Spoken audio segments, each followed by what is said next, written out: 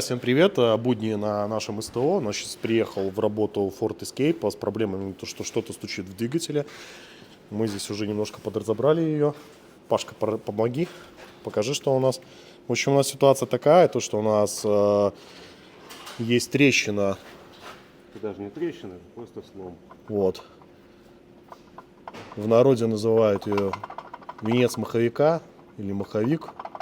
По-научному драйв-плата получается. В общем, вот у нас трещина есть. И когда машина... В поддоне, следствие. Машина заведена, то есть очень сильные стуки. Поэтому, чтобы добраться, надо было снять коробку. Машина полноприводная.